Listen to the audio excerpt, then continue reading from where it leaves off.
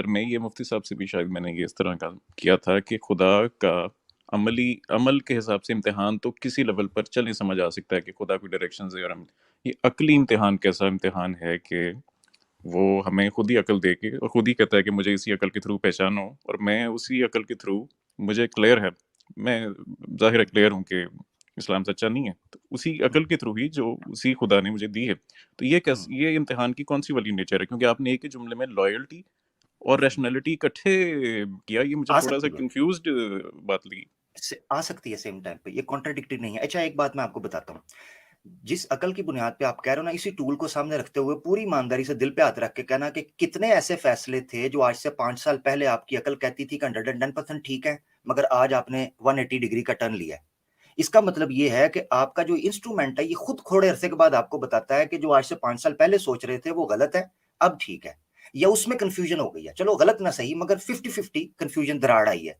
इसका मतलब ये है कि जिस टूल से आप फैसला कर रहे हो वो फी नफ्सी ही इस चीज की तरफ पॉइंट आउट कर रहा है कि ये ठोकर खाता है या ठोकर खा सकता है। तो लिहाजा इसका मतलब ये है कि आपको चुकन्ना होना पड़ेगा कोई भी फैसला लेने, दरवाजे बंद नहीं कर सकते, डेडलॉक कोई भी ना लगाएं। एक तो ये चीज है। दूसरी चीज आपने ये कही कि लॉयल्टी और रैशनैलिटी दो जगह पर एक जगह पर कैसे इकट्ठे हो सकते हैं। लॉयल्टी का मतलब ये नहीं है कि आपने एक्सटर्नल किसी एंटिटी से लॉयल्टी करनी है। इस्लाम सबसे पहले ये कहता है कि आपकी लॉयल्टी आपके साथ हो। इसीलिए एक चंद हदीसों से मैं ये चीज समझता हूं कि अल्लाह के रसूल ने फरमाया जो अपने साथ सिंसियर नहीं है, अपने साथ जो लॉयल नहीं है, वो किसी के साथ नहीं है। जो अपने साथ लॉयल नहीं है, अपने साथ ईमानदार नहीं है, वो किसी के साथ नहीं है। इसीलिए अल्लाह ने कुरान में कहा कि बलिल इंसान वाला नफ्सी ही बसीरा, इंसान को पता है कि वो कितना सच्चा है। तो लॉयल्टी जहां मैंने ताल्लुक का है वो अपने साथ है, यानी आपकी रैशनैलिटी, आपकी सिंसियरिटी, आपकी लॉयल्टी, सब कुछ सबसे पहले आपके साथ है। वही आपके अंदर ये जज्बात और ये इमोशंस क्रिएट करती है कि आप बाहर की दुनिया को उस तरीके से लेके चलो कि आप सबसे पहले अपने साथ लॉयल होते हो। अल्लाह के रसूल की हदीस है, आका दो जहां ने फरमाया सल्लल्लाहु अलैहि वसल्लम कि मन लम यशकुर नासा लम यशकुर अल्लाह। जो लोगों का शुक्र अदा नहीं कर सकता वो अल्लाह का भी नहीं कर सकता। इसका मतलब ये है कि जो आपकी जिंदगी के मामलात है, अगर वो लॉयल्टी और रैशनैलिटी के साथ नहीं चल पा रहे, फिर आपका अल्लाह के साथ ताल्लुक भी रैशनल नहीं हो सकता। मसला मसला यहां पड़ता है कि हम उस इंस्ट्रूमेंट को जो खुद हमें बताता है ठोकर, मैं आज से 5 साल पीछे देखता हूं, 10 साल पीछे, मुझे पता है मैंने कितने बड़े ब्लंडर्स मारे थे, मैं उस अकल के ऊपर कैसे इत्मीनाद करके आज हतमी फैसला कर सकता हूं कि वो बिल्कुल ठीक कह रही है। एक बड़ा जबरदस्त कोट है। जी मुफ्ती साहब आप कुछ कहने लगे, मैं ये जी कोट मैं सिर्फ सुना दूं। जी जी जी हाँ, यूके का एक कार्टूनिस्ट था, वो अखबार के अंदर बड़े उसने लिखे, तो उसने कहा कि उसका मैं तर्जुमा आपके सामने रख देता हूँ। वो ये चीज कहता है कि ये चीज हकीकत है कि इंसान गलत हो सकता है। ये चीज हकीकत है कि इंसान गलत हो सकता है, मगर कभी ये गलत नहीं हो सकता कि वो गलत था। जी, इंसान इसका गलत मैं हो आमिर सकता है। भाई ये बताना चाहूँगा कि जो हम रिफ्लेक्ट करके देख रहे होते हैं कि ये हम गलत थे, हमने ठोकर खाई, वो भी इसी अकल से ही हम कर रहे थे। बिल्कुल अकल परफेक्ट नहीं है, लेकिन अनफॉर्चुनेटली इससे ऊपर कोई टूल है नहीं हमारे पास। ये एनालिसिस करना भी कि हमने ठोकर सरेंडर खाई, ये भी अकल एग्नोस्टिक के साहब, थ्रू ही मैं होता है। स्केप्टिक एग्नोस्टिक साहब, मैं एक चीज आपसे ये कहूंगा कि आपने मेरी इस टीम में भी बारहा और दूसरी जगहों पर भी ये कहा कि भाई किसी न किसी वजूद के तो आप कायल हैं, इसलिए अब वजूद के वजूद में तो कोई मसला नहीं है, उस वजूद के वजूद में आपको कोई मसला नहीं है। मसला आपको जो इस्लाम में लगता है, वो मैं जहां तक समझा हूं, इसलिए नहीं लगता कि इस्लाम खुदा के एक खुदा के वजूद का कायल है, बल्कि आपको इस्लाम में अगर कोई प्रॉब्लम नजर आती है तो वो मोरालिटी के हिसाब से नजर आती है कि भाई कुछ चीजें आपको लगती हैं कि इमोरल हैं। अगर ऐसा ही है, आप चाहेंगे कि मैं आपकी बात कंप्लीट हो कि इसको रिस्पॉन्ड नहीं करूं, या आप, अभी आपने क्वेश्चन मेरे किया? ख्याल से अगर आप ये अगर मुझे कंफर्म कर दें तो फिर मैं आगे बढ़ूं, उसी के ऊपर नहीं, मबनी है। इसमें मुफ्ती साहब एक प्रॉब्लम ऑफ इविल का सबसे मेजर इशू है। इसमें ओमनीपोटेंस और फ्री विल का और ओमनिशंस का फ्री विल का भी इशू है, और उसके अच्छा, बाद फिर आपने जो मोरालिटी और कुरान का जो चले लेवल हम है या मोरालिटी को इसका। ले लेते हैं पहले, फिर मैं वो जो आपका जो दूसरा इशू था वो आपने मेरी स्ट्रीम पे भी जिक्र किया था। अब सवाल ये है कि मोरालिटी जांचने का जो हमारे पास तरीका है वो सिर्फ और सिर्फ वो इम्परफेक्ट अकल है जो मुझे और आपको दी गई है, जिसकी इम्परफेक्शन होने का आप खुद इकरार कर रहे हैं। और हम अगर मोरालिटी का सोर्स उस अकल को मान लें तो फिर क्या हमें मोरली ये इख्तियार है कि हम किसी दूसरी सोर्स ऑफ मोरालिटी को जज करें अपने इम्परफेक्ट टूल के जरिए? यानी ये भी तो एक तरह का कॉन्ट्रडिक्शन ही है कि एक तरफ हम अपने टूल के इम्परफेक्ट होने का ऐलान कर रहे हैं, और दूसरी बात यह है कि हम 21वीं सदी में बैठकर जो आज की मोरालिटी है उसकी बुनियाद पर हम कदीम जो मोरालिटी है, जिसको हम ऑब्जेक्टिव भी मानते हैं, सब्जेक्टिव भी मानते हैं, उसको जज कर रहे हैं। क्या ये कॉन्ट्रडिक्शन नहीं है? नहीं मुफ्ती साहब, मैं मोरालिटी को फैक्चुअल स्टेटमेंट नहीं मानता, मैं मोरालिटी को एक एनालिसिस या जजमेंट मानता हूँ, और मेरी नज़र में एब्सोल्यूट मॉरल जजमेंट नहीं होती। मैं इस्लाम की यानी जो मैं इस्लाम को अगर ठीक नहीं मानता, वो सिर्फ इसलिए नहीं कि ये इसकी मोरालिटी गलत है ऑब्जेक्टिव, नहीं, उसमें इंटरनल कंसिस्टेंसीज का मसला है। और लेकिन अगर ये पहले मुझे ये इस कंसिस्टेंसी ट्रूथ की बात तो आप इसलिए ना करें, उसकी वजह ये है कि मैं ये समझता हूं कि रूए जमीन पर अगर कहीं कंसिस्टेंसी है तो वो इस्लाम, उसकी शरीयत में ही है, वरना आपको हर जगह इनकंसिस्टेंसी ही मिलेगी। चलें, ये तो एक बहुत ही लंबा टॉपिक है ना, लेकिन मैं आपको बताना चाह रहा हूँ कि मेरा जो बेसिस है मोरालिटी को इस्लाम की उसकी मुखालफत करने का, वो ये नहीं है कि वो ऑब्जेक्टिवली गलत है, उसमें इंटरनल कंसिस्टेंसी नंबर ऑफ मसला है, और वो प्रैक्टिकलिटी के हिसाब से वो ठीक नहीं है। लेकिन मेरा, अगर मैं कहूँ कि इस्लाम के खिलाफ मेरे जहन में केस क्या है, तो वो पहले पॉइंट्स हैं जो मैंने बताए, ये उसका एक सब पॉइंट है कि हाँ, लेकिन अगर मुझे ट्रूथ क्लेम एक खुदा है जो कि मैंने उसकी एग्जिस्टेंस को मान लिया कि वो है, कि मुझे नजर आ गया सामने, जैसे मैं इस वक्त आपसे बात कर रहा हूँ, मुझे इतना ही यकीन हो गया खुदा है, फिर वो मुझे कहता है कि तुमने सुबह रोज उठ के क्या कहने के 10 बार क्या कोई मुश्किल काम सोच लें कि 10 बार फलाने आदमी से थप्पड़ खाने हैं, मैं नहीं, बड़ा सा आप मुंह ये तो आप बनाऊंगा, ये लेकिन काम मैं ना सोचें। करूंगा जरूर। नहीं नहीं नहीं नहीं, आप ये उसने ये काम कहा क्यों भी सोच रहे नहीं हैं ना, जो है नहीं? उसने आप कहा ये भी कहें कि नहीं सुबह ना। उठकर 2 रकात पढ़नी है, आप वही कहें ना जो है। हाँ, जो है। नहीं मैं एक मिसाल, बहुत बुरी मिसाल इसलिए वो दे रहा नहीं, था वो कि जब मिसाल एक गलत है ट्रूथ ना। नहीं सामने नहीं आ नहीं जाए। नहीं नहीं नहीं नहीं नहीं नहीं, वो मिसाल गलत है, वो नाइंसाफी वाली है। आप ये कहें कि वो खुदा जो ऑमनीपोटेंट है, वो ये कह रहा है कि रोजाना उठकर 2 रकात पढ़नी है, 4 रकात पढ़नी है, 2 अलग अलग तरीके से, यानी पहले 2 रकात फिर 2 रकात। अब बताइए इसमें प्रॉब्लम क्या है? नहीं मैं इस वक्त ये पॉइंट कह थप्पड़ रहा खाने था कि वाली आप बात तो है ही नहीं मोरालिटी ना। से मैं लिंक कर रहा था इसको, कि यानी मोरालिटी यानी नंबर वन इशू मोरालिटी नहीं ये है, जो मोरालिटी उसका एक सब पॉइंट है। मोरालिटी नहीं, में मेन मसला इंटरनल कंसिस्टेंसी। आप अपनी बात मुकम्मल करें। वो जो मिसाल आपने दी है ना, उस मिसाल को बदल कर सही मिसाल लेकर, क्योंकि आपको सही मिसाल पता है ना, तो क्यों आप उसको बदल रहे हैं? नहीं मैं वो हाइपोथेटिकल केस इसलिए दे रहा था कि मैं एक मिसाल दे रहा हूँ कि एक खुदा ऐसा है जो बज़ाहिर, जितना मुझे इस्लाम का खुदा प्रॉब्लमैटिक लगता है, उससे भी नहीं, ज्यादा प्रॉब्लमैटिक खुदा है कि अजीबोगरीब हुक्म दे रहे हैं मुझे। स्केप्टिक लेकिन नहीं, स्केप्टिक बात ये है कि आप एक गलत मिसाल बनाकर उसको गलत राइट, कह रहे हैं ना। जो मिसाल जेन्युइन है, जो उसका ऑर्डर है, उसको उसको रख के दीजिए। उसको गलत साबित करना है ना, नहीं मैं क्योंकि उसको इस गलत वक्त साबित इस्लामी खुदा नहीं डिस्कस कर रहा था, लेकिन चलें वो मिसाल भाई ले आप लेते हैं। मुसलमानों से बात कर रहे हैं तो आप हमसे करें ना बात। हम तो जो दूसरे कॉन्सेप्ट हैं, हम खुदा को, हम ये नहीं कहते कि दूसरे जो मजाहिब हैं वो किसी और खुदा की इबादत करते हैं। वो सब उसी खुदा की इबादत करते हैं, उसको डिस्क्राइब गलत तरीके से करते हैं। हम तो उसको प्रूव करते ही नहीं है, उनके लॉ एंड ऑर्डर को। हम करते हैं सिर्फ अपनी बात को अप्रूव, जो हम जिस पर हम बिलीव करते हैं। तो आप अगर हमसे बात कर रहे हैं तो सुबह फजर की नमाज वाली मिसाल ही फिट होगी, थप्पड़ खाने वाली तो है नहीं ही आप नहीं। मेरे बात समझे नहीं, लेकिन चलें मैं आपके मुताबिक क्यों कर देता हूँ कि अगर तो मुझे खुदा का यकीन हो जाए कि ये है, और यही वाला ये कुरान जो है ये अल्लाह का वर्ड है, फिर वो जो मॉरल वाली बातें वो सेकेंडरी हो जाती हैं। वो मेरे लिए बहुत मुश्किल जरूर रहेगा, जो सीरत नबी पे जो एतराजात हैं चलें, या वो तो आपने अलग कर दिया ना उसको। मोरल इशू तो अब रहा ही नहीं है आपका। आप ये कह रहे थे कि वो खुदा जो ओमनीपोटेंट है, वो मुझे ये हुक्म दे कि सुबह उठकर मुझे कुछ करना है। वहां से शुरू कीजिए जहां रुके थे आप, वहां से आगे बढ़ें। नहीं मुफ्ती साहब, वो मेरी बात समझे नहीं। वो मैं मोरालिटी से पॉइंट जोड़ रहा था कि मोरालिटी एक सब पॉइंट है। असल जो पॉइंट्स हैं वो हैं ओमनिशंस ऑफ फ्री विल, अकली इम्तिहान ये कैसा है, प्रॉब्लम ऑफ ईविल, और क्या कुरान कोई ऐसा वर्ड है जो कि डिवाइन लगे कि ये वाकई किसी खुदा, ये मेरे मेन मसाइल हैं। और उसमें फिर एक बहुत मेजर पॉइंट मोरालिटी भी है, क्योंकि वो सीरत नबी में बहुत ऐसी चीज़ें हैं जिनमें मेरी नज़र में सख्त कॉन्ट्रडिक्शन है। तो वो एक बहुत ही लंबा टॉपिक है, लेकिन मैं अपने आपको कैसर बता रहा भाई हूँ कि आप म्यूट पर हैं। केस किस तरह के। थैंक यू जी। अब उम्मीद है मेरी आवाज़ आ रही होगी अब। जी जी जी जी। देखिए, स्केप्टिक इशू ये है कि जब आप कहते हैं ना कि किसी चीज़ में इंटरनल इनकंसिस्टेंसी है, तो दैट इम्प्लाइज टू थिंग्स, कि एक तो आपको पता है कि कंसिस्टेंसी क्या होती है, और दूसरा ये कि आप कंसिस्टेंट हैं। प्रॉब्लम ये इसमें हो रहा है कि जब आप ये कहते हैं कि मोरालिटी आप उसको एक सब पॉइंट समझते हैं, लेकिन सीरतुन नबी पे आपको एतराज़ात हैं जिसकी स्वाय मोरालिटी के कोई और बेस नहीं हो सकती। तो ये नहीं हो सकता कि एतराज़ में जब आपको मोरालिटी सूट करती है तो फिर मोरालिटी आपके लिए मेन पॉइंट बन जाता है, जब वो नहीं करती तो वो सब पॉइंट बन जाता है। Well said. क्योंकि जो भी आप एतराज़ करेंगे वो आप मोरल बेसिस पे करेंगे। दूसरी बात जो आपने कही कि अगर मैं खुदा को मान लेता हूँ, वो you just have to wait there for a minute and ask yourself कि जब आप कहते हैं कि खुदा को मान लेता हूँ, तो what does that mean to you? खुदा को क्या मान लेता हूँ? एक्सटर्नल एजेंसी मान लेता हूँ, या मैं खुदा को मान लेता हूँ कि वो ऐसा खुदा है कि जैसे दुनिया के मज़ाहिब उसके बारे में बताते हैं कि वो वाहिद है, वो यकता है, वो उसका इल्म हर चीज़ पे मुहीत है, वो हर चीज़ पे कादिर है। अगर इनमें से आप कोई चीज़ भी बीच में से छोड़ देते हैं तो फिर आप ये नहीं कह सकते कि आप खुदा को आपने फ़र्ज़ कर लिया कि मैंने खुदा को मान लिया है।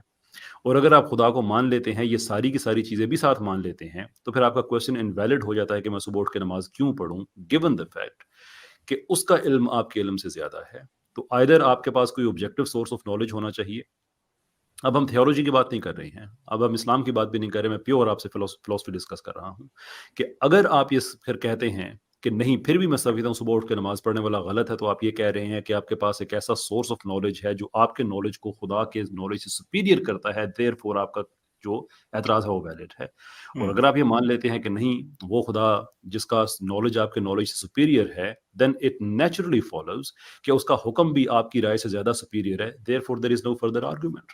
नहीं, इसमें काफ़ी पॉइंट्स आपने इकट्ठे कर दिए, मैं उनको पॉइंट बाय पॉइंट में रिस्पॉन्ड करता हूँ। Sure. पहले तो आपने कहा कि मोरालिटी को आप अपनी मर्ज़ी से सब पॉइंट या मेन पॉइंट नहीं बना सकते। Yeah. आप हायरार्की को हुजम से शायद कंफ्यूज कर रहे हैं। हायरार्की में वो जो है मोरालिटी वो एक सब पॉइंट है, लेकिन प्रैक्टिकली उसके इम्प्लीकेशंस बहुत ज़्यादा हैं। जब हम प्रैक्टिकल मामला डिस्कस Based कर on रहे what? होंगे तो फिर मोरालिटी प्लीज़ मुझे वो काफ़ी पॉइंट्स क्योंकि हो गए तो मैं इकट्ठे फिर एक पॉइंट करते हैं ना, फिर आपने पॉइंट टू पॉइंट कहा ना, तो जब आप कहते हैं लेकिन ना वो कि काफ़ी मुझे और भी पॉइंट्स आगे बीच में, तो हाँ, मैं उनको भी रिस्पॉन्ड करना चाह जी रहा जी था। उनको भी करेंगे इंशाल्लाह। अच्छा, सेकंडली वो जो आपने कहा मुझे कि ये आप बताते हैं ना कि जो सीरत वाला आपने कहा ना बीच में कि मुझे उस पे आपको उस पे अगर एतराज़ है और वो मॉरल बेसिस पे है, well what is source of your morality? नहीं, मैंने मॉरल बेसिस कहा ही नहीं। मैंने तो ये सबसे पहले ये मैं तो मोरालिटी को ऑब्जेक्टिव फैक्ट मानता ही नहीं हूँ।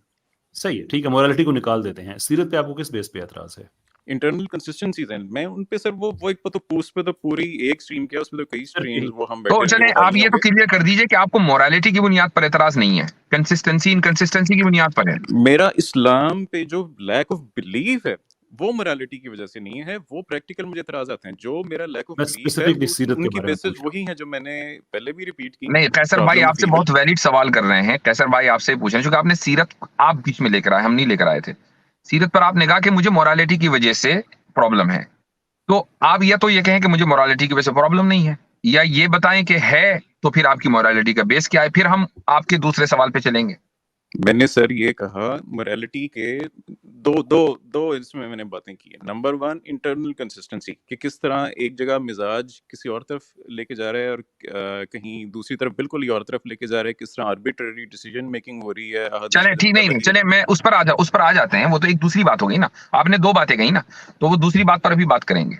मैं ये कह रहा हूं कि सीरत पर आपको ऑब्जेक्शन है या नहीं है। देखिए, मैंने बहुत सिंपल बात की, बिल्कुल एक दो दो चार की तरह।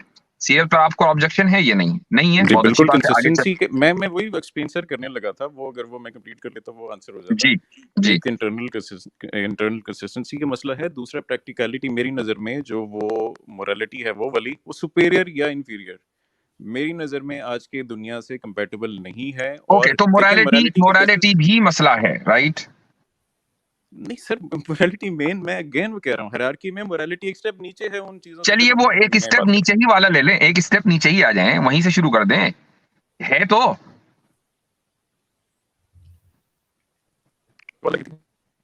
जी आवाज हेलो डिस्टॉर्ट हो रही है आवाज़ आ रही है?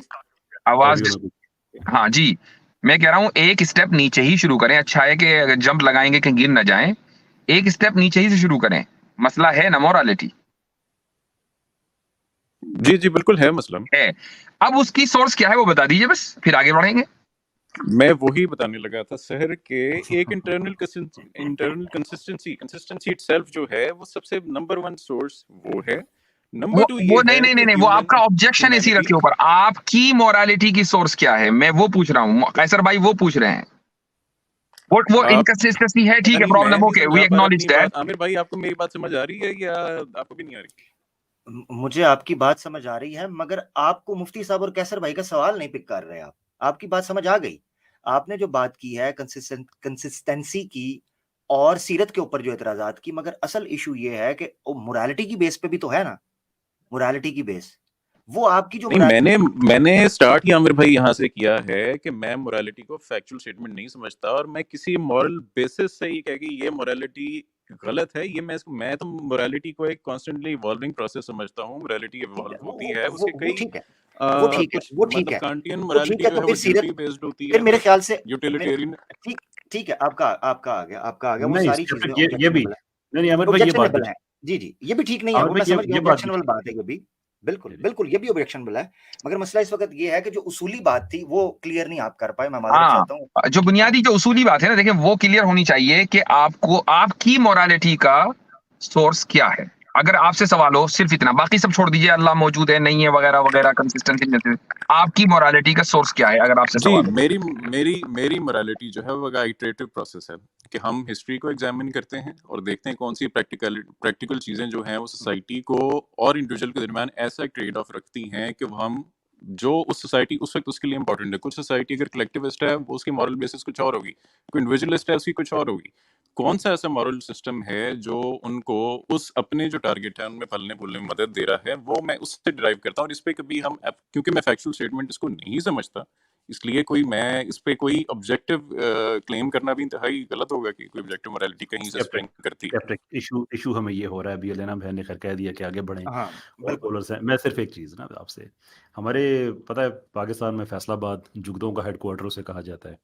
उसमें एक जुगत होती है, वो कहते हैं कि एक गल इवें जिवें छत मकान शुरू किया होता है, राइट? हमने डायरेक्ट छत से मकान शुरू किया है, हमें नहीं दीवारें नहीं सुनना बनाई। है, हमें नहीं आप समझ, बिल्कुल तर्जुमा कीजिए। तर्जुमा कीजिए जी।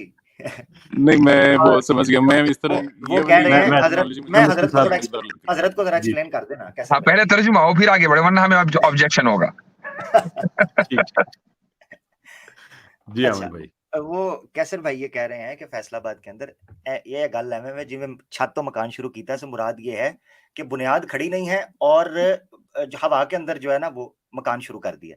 ओके। यानी बुनियाद नहीं। तो उसके बारे में शेख सादी भी तो बड़ी खूबसूरत बात कर गया ना, गालिबन शेख सादी हैं, खश्ते अव्वल मी नहद मीमार कज, खश्ते अव्वल मी नहद मीमार कज तासुरैया मी रवत दीवार कज। वो कहता है जबरदस्त। पहली ईंट टेढ़ी रख दी चाहे बुर्ज खलीफा उठा दो, कितनी खूबसूरत है, वो टेढ़ी नहीं, रहेगी। इसकी एक जवाब भी जुगत भी सुन लें कि जी जी जो है ना आप जो मतलब जुगता समझते मुझे हैं वो जुगता इस जुगत तरह एक्सप्लेन है। जुगता तो कर देना कि मैंने जुगता का मुकाबला कर किस लइए जुगता का। किस नहीं नुक्ते वो लॉजिकल है, वो लॉजिकल है, वो पर्सनल नहीं है, वो लॉजिकल है। वो ऐसे है कि दरख्त दिया नीयां भरियां होंगी। अब एक चीज की नींवें हैं ही नहीं, बुनियादी नहीं है, उसकी रूट्स हैं, उसकी बुनियाद। तो आप जो है वो इन्हें रूट्स उस ही चीज की समझाते मोरालिटी हैं। जिसको मैं फैक्चुअल स्टेटमेंट कह ही नहीं रहा, नहीं वो आप नहीं कह रहा अच्छा कि मेरी ਇਹਦਾ मेरी ਜਵਾਬ ਫਿਰ ਇਹਦਾ ਬੰਦਾ मोया नहीं आकड़े है भाई, रूट्स है ना, सर रूट समझा दें। ठीक है। वो रूट्स सर मैंने मेरी समझा दी मेरी आपको, वो इवॉल्विंग है, मेरी वो मे- फैल रही हैं, वो कैसर पानी भाई, से मेरे ख्याल से अपनी कैसर भाई सैराब हो कुछ रही हैं, कहना चाह रहे थे, ये जो पानी इन्होंने से बात सैराब हो कही रही कि हैं, सॉइल से सैराब हो।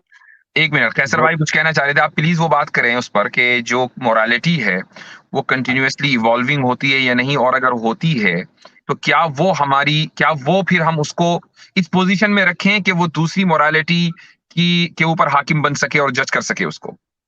देखिए गुजारिश ये है, अच्छा मैं एक वार्निंग भी दे दूं, ये मेरे बिन बुलाए मेहमान फिर मेरी स्ट्रीम में आ गए हैं, पता नहीं और मेरी ये सभी को और कैसे कैसर पता भाई चल गया।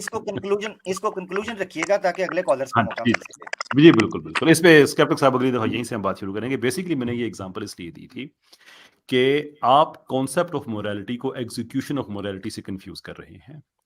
जो कॉन्सेप्ट ऑफ मोरालिटी है वो ऑब्जेक्टिव होता है, ठीक है? वो कोई ऐसी स्टेटमेंट नहीं है कि जो आप उसे देख कह सकते हैं कि नहीं देखें मेरी मोरालिटी और है वो आपकी और है, ऐसा नहीं है। कॉन्सेप्ट अपनी जगह पे रहेगा।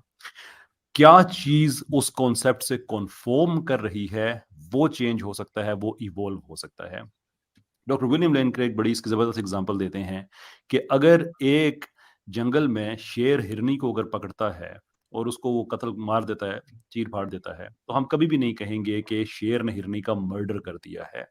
या ऐसे ही जंगल में एक जानवर है, वो बाय फोर्स सेक्सुअल इंटरकोर्स करता है अपनी फीमेल से, उस स्पीशीज की किसी फीमेल से, तो हम कभी भी नहीं कहेंगे कि उसने उसका रेप किया है, क्योंकि उन पे ये मॉरल एक्सपेक्टेशन नहीं है, इसलिए हमारे वर्ड्स वो लेबल्स भी नहीं हैं।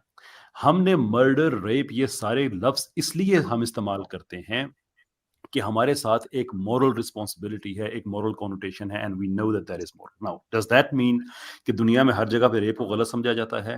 नो, ऐसा बिल्कुल नहीं है। दुनिया में बहुत सी सिविलाइजेशन ऐसी गुजरी हैं जहां पे रेप सोसाइटी का हिस्सा होता था, लेकिन that was has nothing to do with morality, इसलिए कि वो मोरालिटी के कॉन्सेप्ट के खिलाफ नहीं था, बल्कि उस एक्ट को वो इमोरल नहीं समझते थे।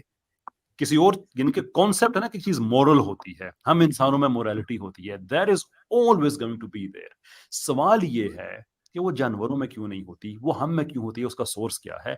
आगे morality civilization to civilization change हो सकती है in terms of the execution of it. बड़ी आम सी एग्जांपल है, जो क्रिमिनल लॉ है वो मॉरल रॉन्ग पे बनता है। इस्लामी माशरों में शराब पीना मॉरली रॉन्ग है, वेस्टर्न माशरों में मॉरली रॉन्ग नहीं है, देयरफॉर एक जगह वो मॉरली एक्सेप्टेबल है, एक जगह मॉरली एक्सेप्टेबल नहीं है।